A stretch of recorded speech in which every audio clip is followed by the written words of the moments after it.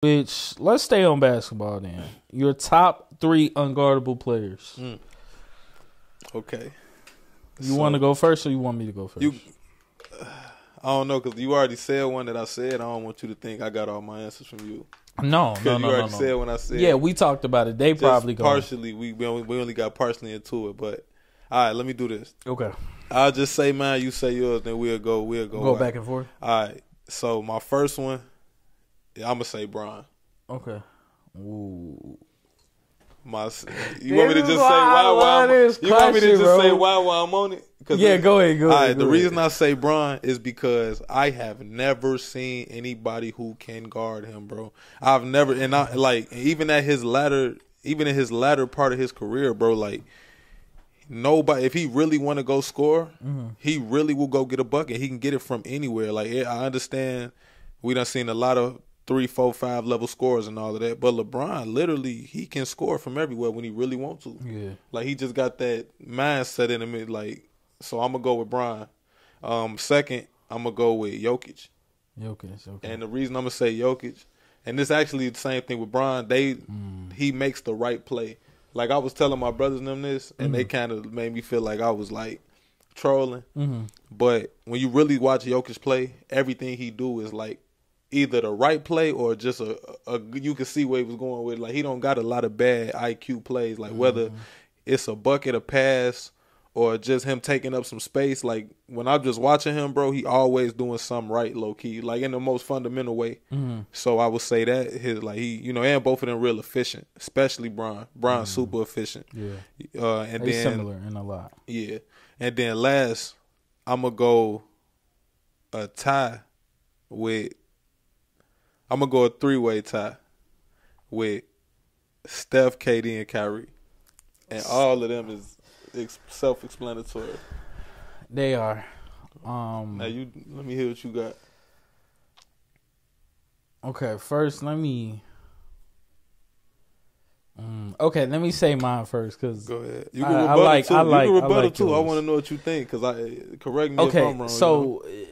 I feel like Kevin Durant and Kyrie. Kevin Durant was very close on my list. He was tied with like third for me, but I kind of did him off. But Kyrie, I agree. That was my number one, Kyrie, because I've seen him do so many things that I've never seen the other basketball player do. Fact. And like I'm talking about unguardable as far as like 1-on-1. Of course you could like double and like triple team them, but still that's not gonna work.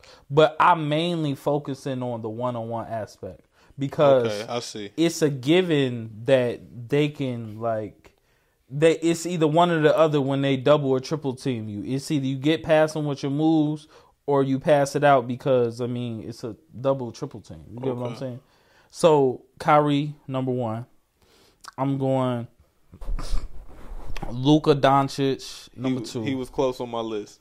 He was close. I was going to put him up there in the same. I chose him because I seen him do stuff this season. I be trying to count him out. But whenever he looks like he's getting locked up, it's not because that person is guarding him, really, in my opinion. I feel like he just be getting tired sometimes. Oh, okay. So, the Mavericks, when they need him, they'll play him. And he'll play 40 minutes. But down the stretch, you could see him getting tired and trying to reserve his energy for the last 2 minutes so he can get them buckets. But as far as rainbow threes, he got the Dirk step back. He got the little pump fake. He'll drive, pump fake, and then pivot this way, pivot back to the lane. His footwork is great. So I don't think nobody in it. When I said nobody, I don't think nobody in the NBA can really guard him 1-on-1. And then I'm going CJ McCollum. That's a hot take. Yeah, I'm going CJ McCollum. That's a hot take that I don't hate. From the Trailblazers until now, his role has regressed a little bit, but that doesn't mean when I see him on an island, he can't really do that, especially now that they got DeJounte Murray. He can't really do all that he was doing with Dame, but he can do it when it's necessary. So I feel like he is unguardable because his moves, he kind of similar to Kobe in a way, but not as. He maybe be more efficient because Kobe took more shots because he was the star of the team. Yeah. But Kobe, in the aspect of he has not only one move, he has the second move. Counters. He has a lot of counters. So that's hard to guard. Mm-hmm. But when you said LeBron, I just took him out because of his age. But I've been saying this like for the past 5 years, especially when the Lakers won that championship. It was like when LeBron and Anthony Davis is going downhill or has you one-on-one, not many people can guard that. Because like LeBron and Anthony Davis is probably one of the best duos because they complement each other so well, and they're both very big. They both can put the ball on the floor and they both can shoot. Maybe not Anthony Davis with like compared to LeBron, but they both can shoot. So I have no problem with LeBron on your list. I have no problem with I want to change it now though a little bit. Not change it, but like now that you say like just one-on-one, because I was thinking about it like guarding them within the game, like just actually playing ball, like the system. Because they set a lot of screens, so that's why I didn't pick Steph. Okay, because Steph go through a lot. Exactly, and that's why I say I wouldn't even say the same answers if it's like one-on-one, because I done seen like Steph, Jokic, and things like that where somebody like really on them. They need their system to be who they are. I feel like so I'm gonna go with KD because of his simplicity, and he can just he gonna get to his spot and make his move.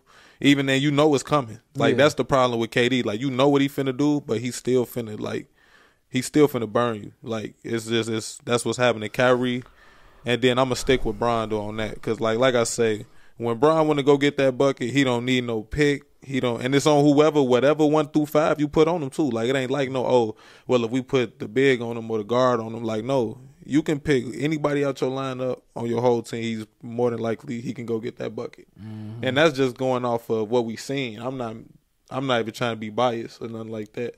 I'm just speaking off who has really stopped him. Like and that left hand automatic as far as the layup. What I've seen him make, and I this may be a hot take, but I think after, I'm not saying he wasn't a good finisher before Kyrie, but I think he learned some stuff from Kyrie, from Cleveland. So after he left, his layup package just seemed a little bit better. Don't it look a little different? Yeah, though? He wasn't doing them. He wasn't doing them, bro. Because he even doing it now in the Olympics. All these on the left side with his right hand. And I don't remember that. Yeah, and I watched a lot of Bron. You know, I don't watch a lot of Yeah, I think that was Kyrie. Shout out to Kyrie. Shout out Kyrie. But yeah, you said KD. I don't know why I didn't put him on. I've seen him be locked up before. I've seen Giannis lock him up one-on-one. I've seen who else? Nah, not really, because he gave them 40 that game. Not Pat Bev. It was what's that other dude? Not Gordon. PJ Tucker. I seen him. And you talking about when he shot the 3 and his foot was on the line? Sent it to overtime instead of gaming them and all that. Yeah, I kind of agree. Well, he was cooking him that game. Yeah, so I wouldn't say. You feel me? I'd say I've seen LeBron lock KD up before.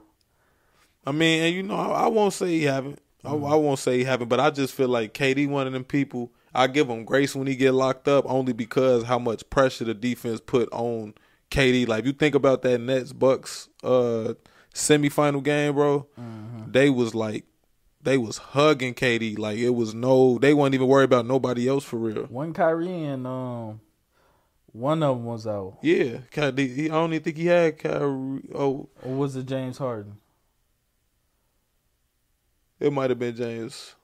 I don't remember. I think Kyrie was out and James Harden was playing. I think I'm drawing James a little Harden bit of a blank on that. But regardless, it was the pressure was on him so crazy. Because even that James Harden, when the James Harden we know, so it ain't like, you know, when I'm being realistic about it, bro, like they was hugging KD. They worked him out, like even down to the being tired and all of that, like, and it went to overtime. Yeah, you know what I'm saying. So it's like I feel like, and they was switching out on him, like. Man, that whole team, I just want to get on Brooklyn for a second. I don't know if it was Brooklyn. I don't know if it was KD, James Harden, Kyrie Irving, bro. That should have worked. Y'all should have made that work. I seen like a highlight reel of just like, you know how TikTok, they put the music on and give you a little highlight reel. It was them three, and the caption was like, I missed this big three even though it was short.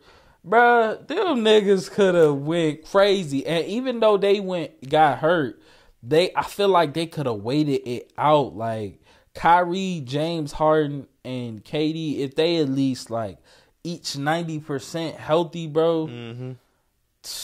You know what I think? I think that team. Bro. I want to say two things about that team while we on it, because I'm a little hot about it too. Yes, we all. First of all, they is the remake of Steve Nash, Dwight Howard, and Kobe. That's first off. So? Remember that team? We thought that team was gonna be crazy. Yeah. That whole we year, just talking about the thought process. Okay, I got you. Like how we thought, like, Steve Nash, Dwight, and just like with Melo when he had a couple people come there. That whole time everybody was doing a big three thing. That felt like that. That's first off. We can't forget y'all for that. Then two, is three words is the reason that team was successful. Only one ball.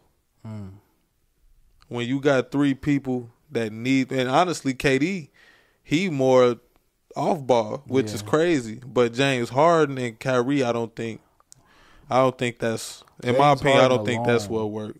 Cause that's what I'm saying. James Harden, if he was out the equation and they had like a different piece, if they had a different piece, they don't even need somebody as good as him, I don't think. I think they could have been successful. Because look at Kyrie and Luka. You think Kyrie and KD couldn't have did that? They went to the finals. Come on now. I don't even remember Buddy them names, the other ones. I know dude with the dread. I know Nas. Not on Dallas. I'm thinking about Timberwolves, but on Dallas, they got what? JaVale McGee. He didn't play as much. They had I don't even know who on their team, bro, and they got that far. Imagine KD and Kyrie.